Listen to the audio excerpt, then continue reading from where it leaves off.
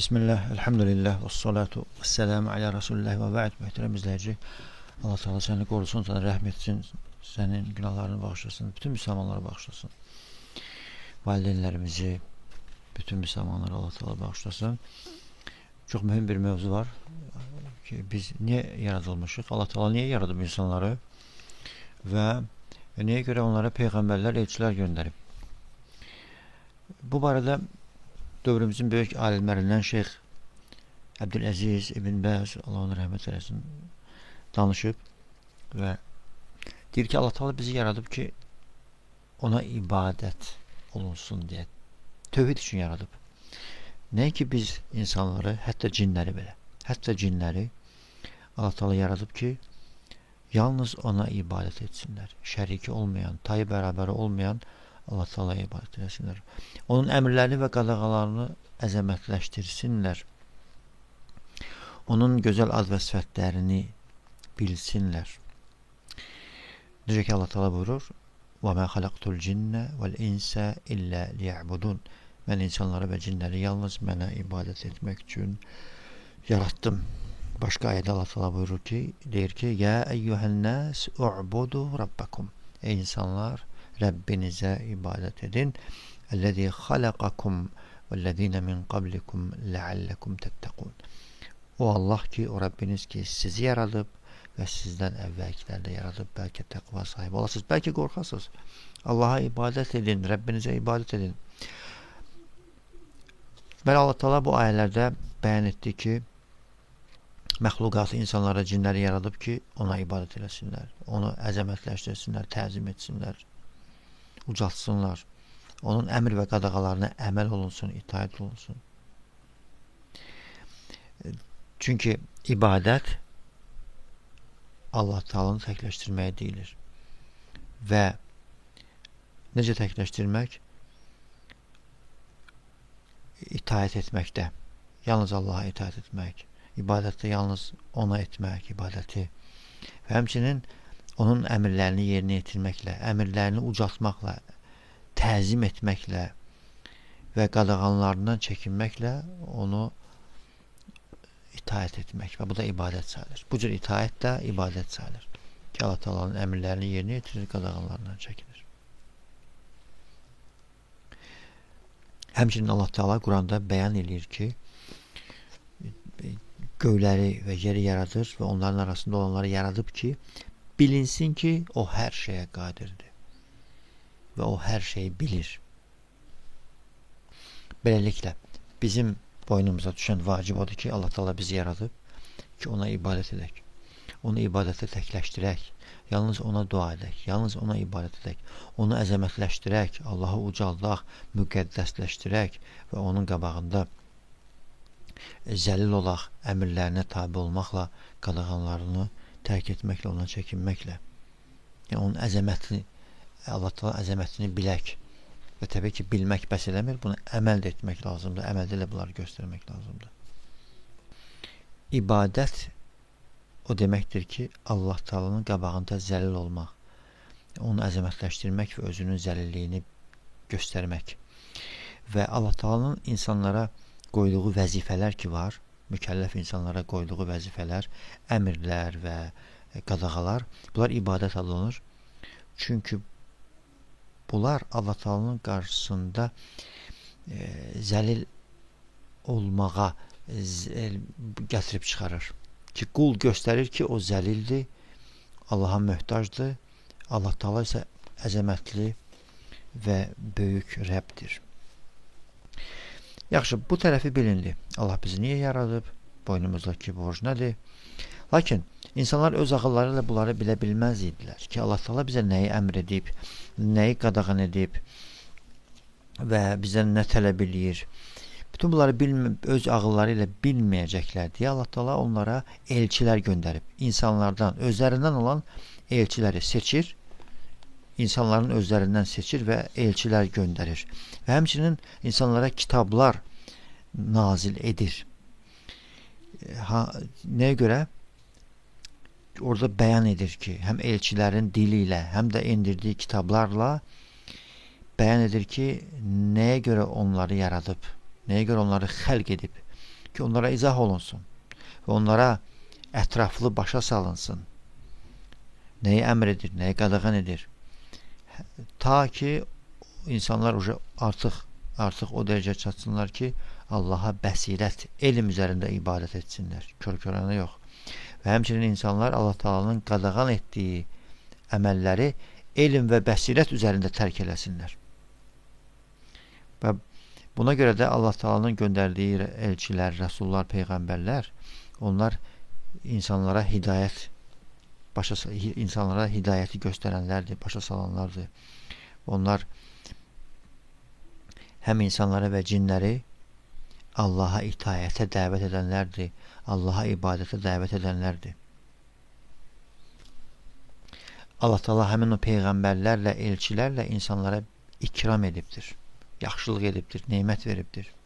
Həmin elçilər və peyğəmbərlər insanlara doğru yolu başa salıblar. Haqq yolu izah edib göstəriblər ki, insanlar bilik üzərində olsunlar, bilsinlər.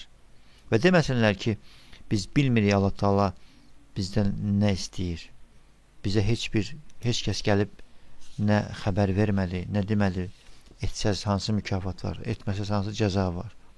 Və Allah Taala həmin o insanların üzr gətirə biləcəyi məsələni aradan qaldırdı. Kəsdi bu qapını, bağladı bu qapını və göndərdi kitablar, peyğəmbərlər, kitablar endirdi, elçilər göndərdi, aleyhimussalatu vesselam. Və beləliklə də insanlara hüccəti qaldırdı. Rəsullar, elçilər göndərməklə və kitablar nazil etməklə insanlara hüccət qalxdı. Necə ki Allah Taala Quran-ı Kərimdə Cəllə və Alə belə deyir: "Və laqad ba'athna fi kulli ummah rasulan an i'budullah və ictanibut-tağut." Biz hər bir ümmətə elçi, rəsul göndərdik və o da deyirdi ki, Allaha ibadət edin və tağutdan çəkinin. Başqa ayədə Allah Taala deyir ki, Subhanahu: "Və mə ərsəlnə min qablikə min rasulin illə nuhi ileyh ənəhu la ilahə illə ənə fa'budun." Səndən əvvəl elə bir elçi göndərmədik ki, ona belə deməyək, belə vəhiy etməyək. Məndən başqa ilah yoxdur, elə isə yalnız mənə ibadət edin. Məndən başqa ibadətə layiq bir ilah yoxdur, elə isə yalnız mənə ibadət edin. Və bu mənada digər ayələr də var. Beləliklə Allah Taala bizə bəyan etdi, izah etdi ki, elçilər göndərməklə, rəsullar göndərməklə və kitablar nazil etməklə həmin o elçilər insanlar arasında olan məsələlərə haqq və ədalətlə hökm verirdilər. İnsanlar arasında nəsə bir məsələ ixtilaf olursa, onlar hökm verirdilər. Həmin o elçilər, rəsullar özdə ədalətli hökm. Və onlara ixtilaf etdikləri məsələləri izah edirdilər. Əqidə məsələləri, şəriət məsələlərində nəsə bir şey aydın olmayıbsa, ixtilaf ediblərsə, həmin o rəsullar, elçilər izah edirdilər. Və başa salırdılar ki, ən əsas tövhiddir, Allah Taala'nın ibadəti təkləşdirmək və onun şəriətidir. İzah edirlər ki, şəriət nədir, əmrlər nədir, qadağalar nədir, Allah Taala'nın ibadətlər hansılardır.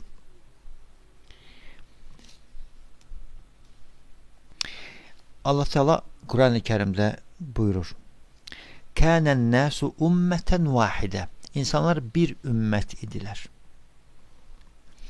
"Feba'asallahu n-nebiyyîne mubeşşirîne və munzirin." Allah Teala onlara nəbilər, peyğəmbərlər göndərdi. Müjdə verən, xoş xəbər verən və çəkindirən. "Və enzələ ma'humul kitâbe bil haqq liyahkuma beynən-nas fîmə ixtələfu fîh." Və onlarla da həmin o elçilərlə bərabər, rəsullarla bərabər də kitab endirib Allah Taala. Haqq ilə kitab endirib ki, insanlar arasında hökm versin. İxtilaf etdiyi məsələlərdə. İnsanlar hansı məsələdə ixtilaf edirlərsə, hökm versin. Şeyx Abdüləziz, Allah onu rəhm eləsin, bu ayənin izahında deyir ki, Allah Taala deyir: "Kânən nâsu ummeten vahidə." İnsanlar bir ümmət idilər.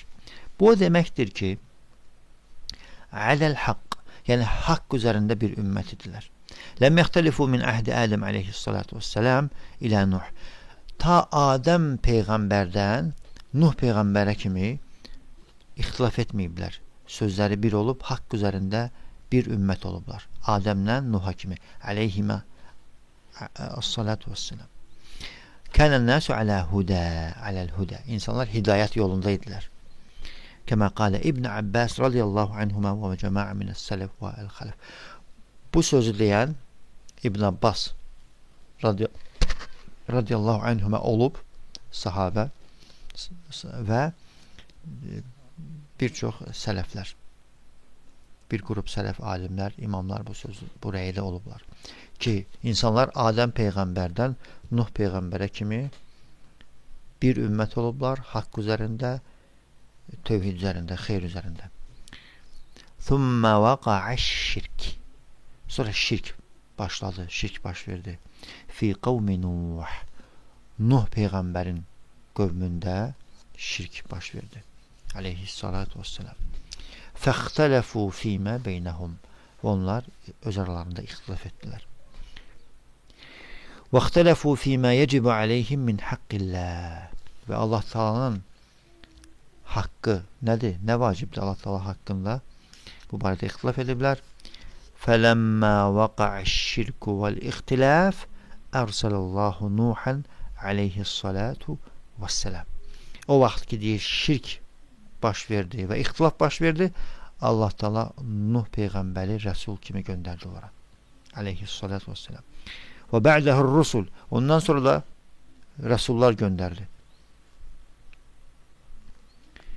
Necə ki Allah Taala Quran-ı Kərimdə Allah Azze və Cəl belə deyir: İnna awhayna ileykə kema awhayna ila Nuh ve'n-nebiyyina min ba'di. Biz sənə vəhy etdik. Necə ki Nuh'a vəhy etmişdik və ondan sonra gələn peyğəmbərlərə də vəhy etmişdik. Sənə də vəhy etdik, Nuh'a da və ondan sonra gələnlərə də. Beləliklə Allah Teala kitab endirir, Rəsul göndərir və həmin kitabda doğru yol göstərilir, Allah Teala'nın əmri göstərilir, onun hədləri göstərilir, həmin o hüdudlar aşılmasın və insanlara zərərli olan işlərdən, əməllərdən çəkindirilir. Həmin işlər onlara haram edilir. Çünki haram olan işlər insanlara zərərli olan işlərdir. Və həmin o elçi göndərməyi artıq sonuncu elçi və Rasul Muhammed Peyğəmbərlə dayandırır. Sallallahu aleyhi və səlləm. Sonuncu Peyğəmbər, sonuncu elçi, sonuncu Rasul Muhammed Peyğəmbərdir. Sallallahu aleyhi və səlləm. Deməli, sonuncu Peyğəmbərin sallallahu aleyhi ve sellem boynuna düşən nə idisə onu etdi, risaləti çatdırdı, əmanəti yerinə yetirdi, əmanəti çatdırdı, ümmətə nəsiyyət etdi, müsəlmanlara, Allah yolunda cihad etdi, haqqı ilə cihad etdi, Allaha dəvət etdi, həm gizlində, həm də aşkarda və bu yolda, Allah yolunda çox şiddətli bir əziyyətə məruz qaldı, çətinliklərə məruz qaldı. وَلَكِنَّهُ صَبَرَ. Lakin o səbr etdi. Sabara ala zalika kema sabara min qablihi minər rusul aleyhimussalatu vesselam. O səbr etdi, necə ki ondan qabaqki rəsullar, peyğəmbərlər səbr etmişdilər. Allahın onlara salamı və salavatı olsun. Sabara kema sabaru. Onlar necə səbr etmişdilərsə, o da səbr etdi. Və bəllağa kema bəllağu. Onlar necə dini çatdırmışlar, təbliğ etmişlərsə, o da təbliğ etdi. وَلَكِنَّهُ اُوذِيَ اَكْثَرُ. Lakin o daha çox əziyyət gördü. وَصَبَرَ اَكْثَرُ. Daha çox səbr etdi. وَقَامَ بِاَعْبَاءِ الرِّسَالَ اَكْمَ الْقِيَامِ aleyhissalatu vesselam. مكث 23 سنة يبلغ رسالات الله ويدعو إليه وينشر أحكامه. Deməli, Allah elçisi Muhammed Peyğəmbər sallallahu aleyhi ve sellem səbr edib, çatdırıb və daha çox əziyyət görüb, daha çox səbr edib 23 il risalət dövründə 23 il Allah Taala'ya dəvət edib. Minhə 13 fi Ummul Qura. Mekke el-Mukarreme evvelen bis-sir thumme bil-cehr. Sada'a bil-hak ve uzi ve sabr ala-da've. 23 ilin 13 ilini Ummul Qura'da olub, Məkkədə olub. Birinci gizli şəkildə sirlə dəvət aparıb, sonra aşkar şəkildə dəvət aparıb, haqqı deyib və bu yolda əziyyət görüb və dəvət yolunda səbr edib, insanların əziyyətinə səbr edib. İnsanlar ona əziyyət verirdilər, lakin qəribədir ki, onlar bilirdilər ki, o sadiq insandır və əmanəti qoruyan insandır, əmin bir insandır və onun fəzilətini, xeyrini, nəslini, əcabətini və yerini, məkanını bilirdilər ki, o necə insandır. Lakin onun dövründə yaşadığı həmin o Məkkədəki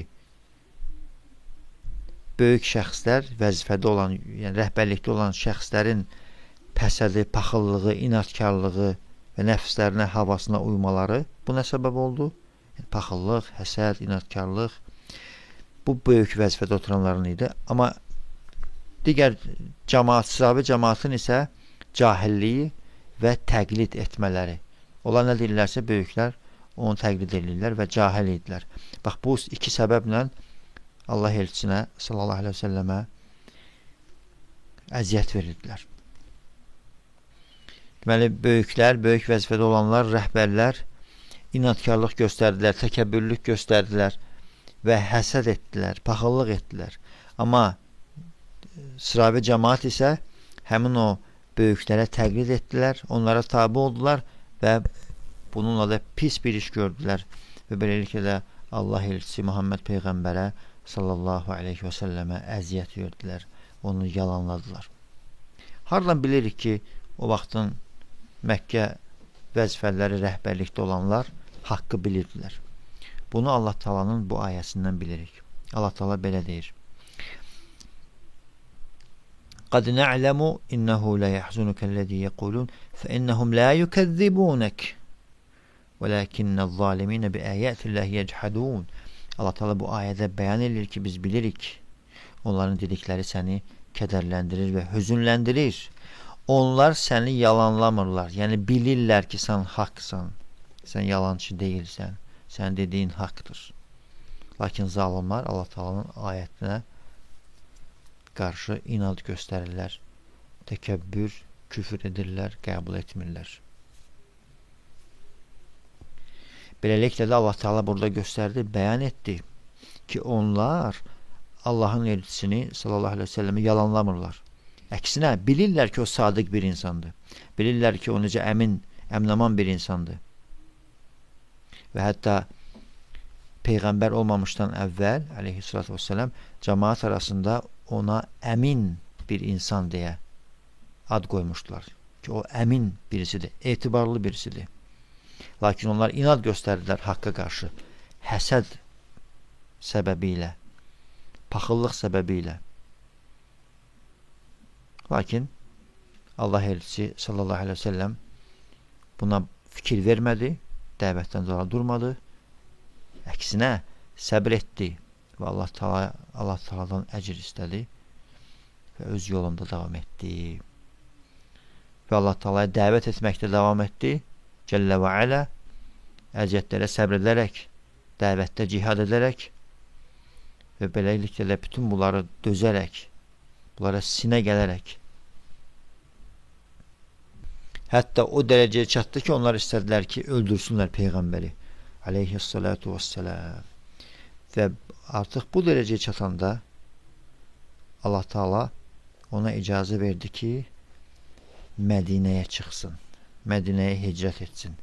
Və beləliklə də Allah elçisi sallallahu aleyhi ve sellem Mədinəyə hicrət etdi və beləliklə Mədinə İslamın ilk paytaxtı oldu və orada Allahın dini izhar oldu, açıq-aşkar çölə çıxdı, zahir oldu və beləliklə də müsəlmanların dövləti yaranmış oldu və müsəlmanların ayrıca gücü, dövləti ortaya çıxdı. Və beləliklə də Allah elçisi sallallahu aleyhi ve sellem yenə davam elədi dəvətdə. İnsanlara haqqı başa salmaqda davam elədi və cihada başladı. və elçilər göndərildi insanlara, ətrafdakı insanlara ki, onları xeyrə və hidayətə dəvət etsinlər, çağırsınlar deyə. Və onların Peyğəmbəri Muhammed aleyhissalatu vesselamın dinini izah etsinlər deyə, dəvətini izah etsinlər deyə. Və beləliklə də davam elədi. Qoşunlar göndərildi, dəvətçilər göndərildi, cihad eləyirdi, dəvət eləyirdi, çalışırdı. Və beləliklə də Allah Teala onun əlləri ilə öz dinini izhar etdi. Və Allah Teala onunla öz dinini kamil etdi, tam etdi. Aleyhissalatu vesselam. Və onun ümmətinə öz neymətini tamamladı Allah Teala. Və bundan sonra Peyğəmbər sallallahu aleyhi ve sellem vəfat edir. Allah'ın dinini dəvət edib tam lazımı şəkildə dəvət etdikdən sonra və Allah Teala öz dinini kamil etdikdən sonra vəfat edir. Aleyhissalatu vesselam Mədinə şəhərində. Hələlik bu qədər möhtərəm dinləyici. Allah Teala sənə bərəkət versin və səni qorusun. Allah Teala məni də, səni də, bütün müsəlmanları müvəffəq eləsin ki, sevimli Peyğəmbərimiz Muhammed Peyğəmbər sallallahu aleyhi və səlləmin gətirdiyi haqq din üzərində sabit olaq. Onun yolu ilə gedək və onun əmr etdiklərini yerinə yetirək, onun qadağan etdiklərindən isə çəkinək. Allah Teala bizi sünnə üzərində sabit eləsin, günahlarımızı bağışlasın, dində savadlı eləsin. Ölkəmizi, müsəlman ölkəsini və bütün müsəlman ölkələrini Allah Teala qorusun. Ölkə başçımızı qorusun və bütün müsəlman ölkə başçılarını qorusun. Onları özünün razı qaldığı xeyirli işlərə müvəffəq eləsin. Allah Teala xəstə müsəlmanlara şəfa versin. Allah Teala əziyyətdə olan, darda olan, ac olan müsəlmanlara kömək olsun. Allah Teala alimləri qorusun, elm əhlini, elm tələbələrini qorusun. Onlara bərəkət versin. Onları dəvətdə müvəffəq eləsin. Onların dəvətlərinə bərəkət versin. Və bizi də müvəffəq eləsin ki, onların elmlərindən faydalanaq. Velhamdülillah və salatu və selamu alə Rasulillah və alə alihi və ashabihi ecma'in. Velhamdülillah.